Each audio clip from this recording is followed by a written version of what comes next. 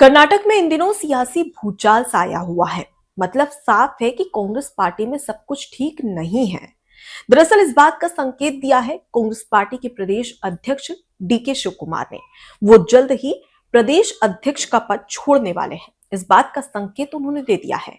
तो वहीं दूसरी ओर कर्नाटक के मुख्यमंत्री सिद्धारमैया ने भी इस बात का संकेत दिया है कि वो किसी भी हाल में मुख्यमंत्री का पद नहीं छोड़ेंगे। अब ऐसे में क्या, अगर डीके शिव कुमार प्रदेश अध्यक्ष का पद छोड़ते हैं तो साफ है कि वो कर्नाटक के मुख्यमंत्री बनेंगे। हाईकमान उन्हें मुख्यमंत्री बनाएगा।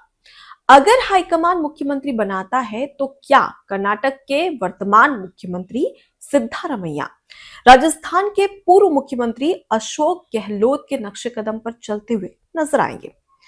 दरअसल इसके पीछे एक बहुत बड़ी मिस्ट्री नजर आ रही है और संकट में कांग्रेस और राहुल गांधी भी नजर आ रहे हैं।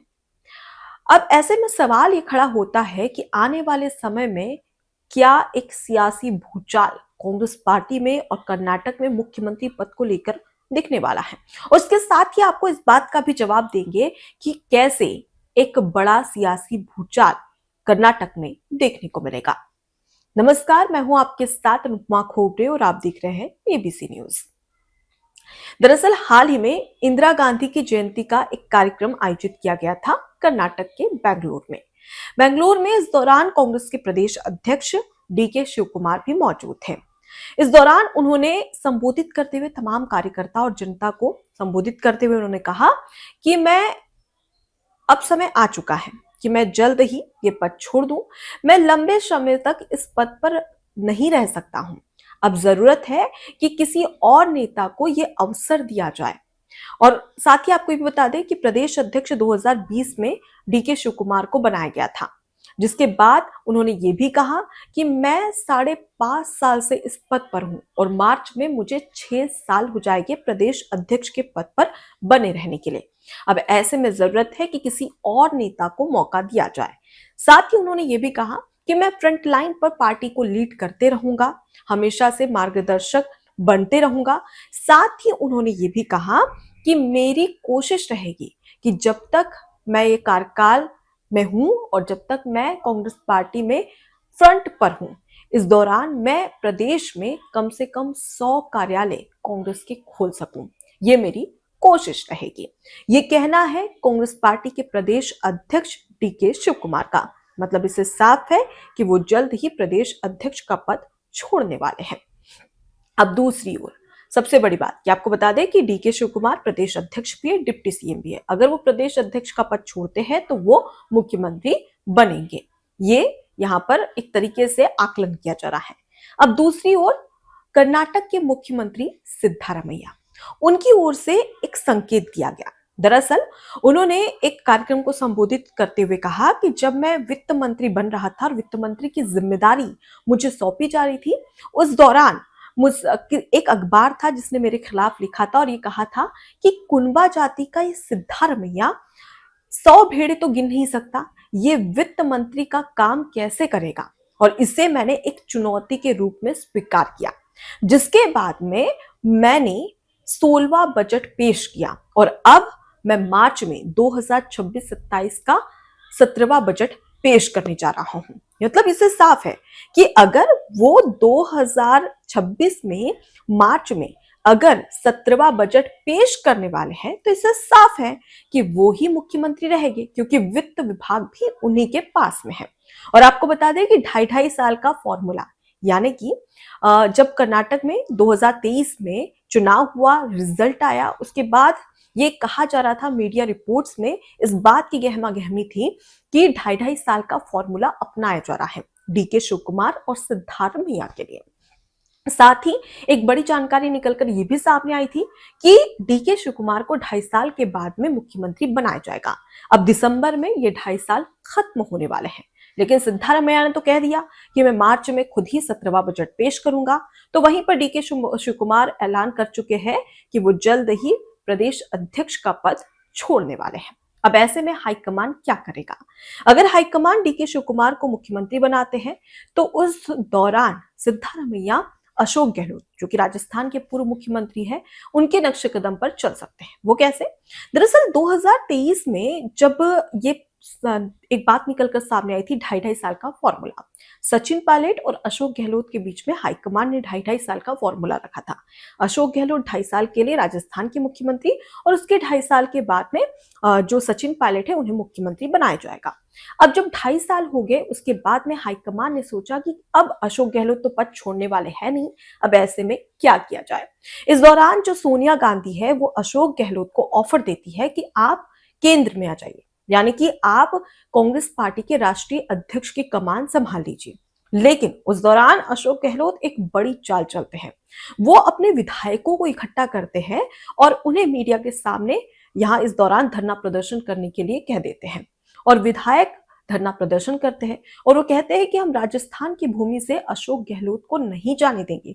अगर अशोक गहलोत राजस्थान की भूमि छोड़कर गए तो हम पद से इस्तीफा दे देंगे। मतलब साफ है कि अगर विधायकों ने इस्तीफा दे दिया तो कांग्रेस पार्टी की सरकार गिर जाएगी।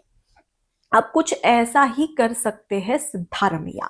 जी हाँ, दरअसल अब अगर हम बात करें 2023 के कर्नाटक के विधानसभा चुनाव की, तो इस दौरान 224 विधानसभा सीटों पर चुनाव लड़ा गया, जिसमें कांग्रेस पार्टी ने और प्रदेश अध्यक्ष डीके शिवकुमार की मेहनत की वजह से 135 सीटें कांग्रेस पार्टी की कर्नाटक में आई थी। तो वहीं पर भाजपा यानी कि बीजेपी 66 सीटों पर ही सिमट कर रह गई थी। मतलब साफ है कि प्रदेश अध्यक्ष के पद पर बने रहने के दौरान डीके शिवकुमार ने पार्टी के लिए मेहनत की और वो मुकाम दिया कांग्रेस पार्टी को, जिसके चलते आज मुख्यमंत्री जो बने हैं वो सिद्धारमैया हैं। अब जरूरत है कि 2.5 साल के बाद उन्हें मौका दिया जाए, लेकिन सिद्धारमैया इसे स्वीकार करने के लिए तैयार नहीं है। इससे पहले भी हम देख चुके हैं कि हाईकमान तक बात पहुंच गई थी और दोनों ही दिग्गज नेता दिल्ली के दौरे कर रहे थे। इस दौरान अलग अलग बयानबाजियां भी हुई और उसके साथ ही अलग अलग मुलाकातें भी हो रही थी। ये भी कहा गया कि मल्लिकार्जुन खड़गे से, राष्ट्रीय अध्यक्ष कांग्रेस के, उनसे जो सिद्धारमैया है मुख्यमंत्री, उन्होंने मुलाकात की थी और मंत्रिमंडल में विस्तार को लेकर, फेरबदल को लेकर बातचीत की गई थी। अब इस बात के भी संकेत है कि अगर कर्नाटक में मंत्रिमंडल में विस्तार होता है, फेरबदल होता है, तो इससे साफ है कि सिद्धारमैया ही मुख्यमंत्री बने रहेंगे। यानी कि समय जैसे ही चक्र समय का चलेगा, उससे साफ हो जाएगा कि कौन मुख्यमंत्री बनेगा और कौन नहीं। आपको बता दें कि कांग्रेस पार्टी के ही एक विधायक है शिव गंगा, उनकी ओर से एक बयान दिया गया था, जिसमें उन्होंने कहा था, मार्च में बयान सामने आया था, जिसमें उन्होंने कहा था कि दिसंबर तक डीके शिवकुमार कर्नाटक के मुख्यमंत्री हो गए और वो सिर्फ 2.5 साल के लिए नहीं बल्कि 7.5 साल के लिए मुख्यमंत्री ही बनाए जाएंगे।